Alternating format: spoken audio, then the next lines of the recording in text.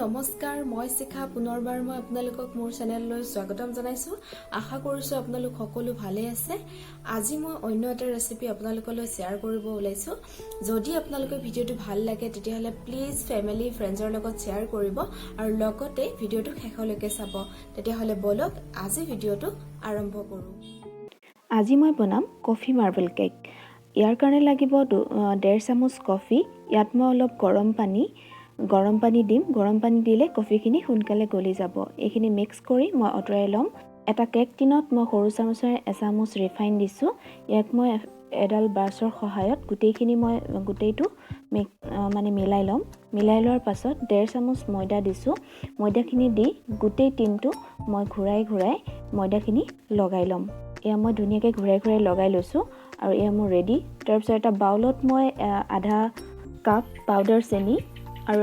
আধাতকৈ অলপ কম হ'ব ৰিফাইন আৰু এই গুটেই দুইখিনি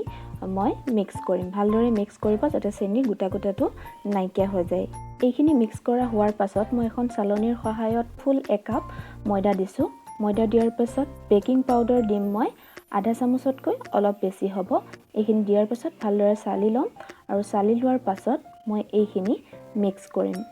এইখিনি লাহে মিক্স কৰাৰ পাছত ইয়াক মই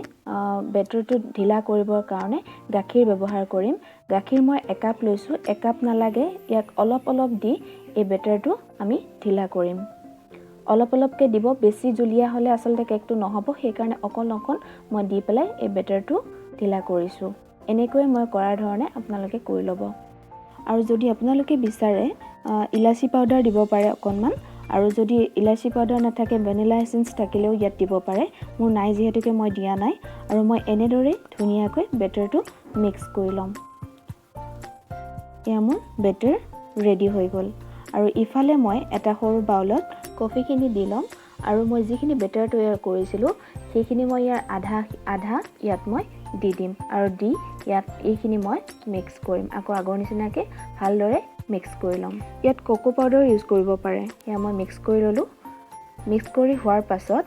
দুইখিনি সমান ৰাখি দিলো এতিয়া মই ময়দা লগোৱা টিনটোত এনেকৈ মই ইয়াৰ 2 চামুচ কফিৰ বেটাৰটো 2 চামুচ এনেকৈ মই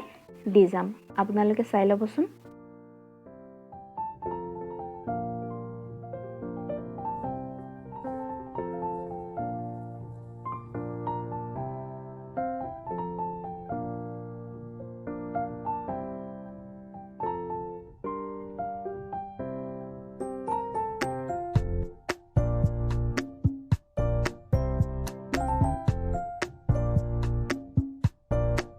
এনেকৈ মই দুইটা বেটাৰ দি ললো আৰু অলপ ঢাপকে কৰিলো যাতে বাবলছটো নুঠে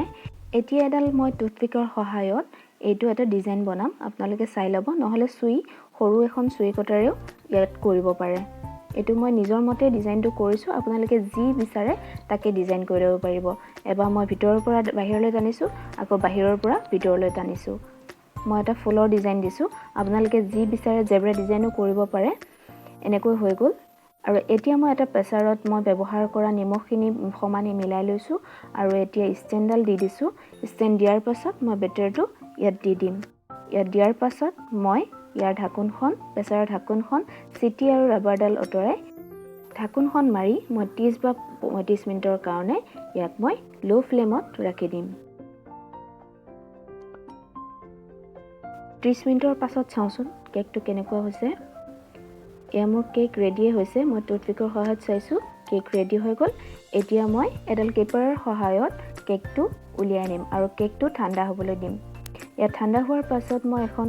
সুই কটাৰেৰে গোটেই সাইডটো অতৰাই লৈছো আৰু এতিয়া মই এখন ডিশত মোৰ কেকটো উলিয়াই লম এয়া চাওক মোৰ কফি মাৰ্বল কেক কিমান ধুনীয়াকৈ সিজিছে মই অলপ কাটি দেখুৱাইছো কেকটো কেনেকুৱা হৈছে আপোনালোকে চাব পাৰে কিমান কোমল হৈছে দেখিছেনে এয়া চাওক মোৰ কেক এয়া কিমান সফট হৈছে আপোনালোকেও ঘৰত এনেদৰে ট্ৰাই কৰিবচোন আৰু মোক প্লিজ কমেন্টত জনাব মোৰ ৰেচিপিটো কেনেকুৱা লাগিলে তেতিয়াহলে আজিলৈ ধন্যবাদ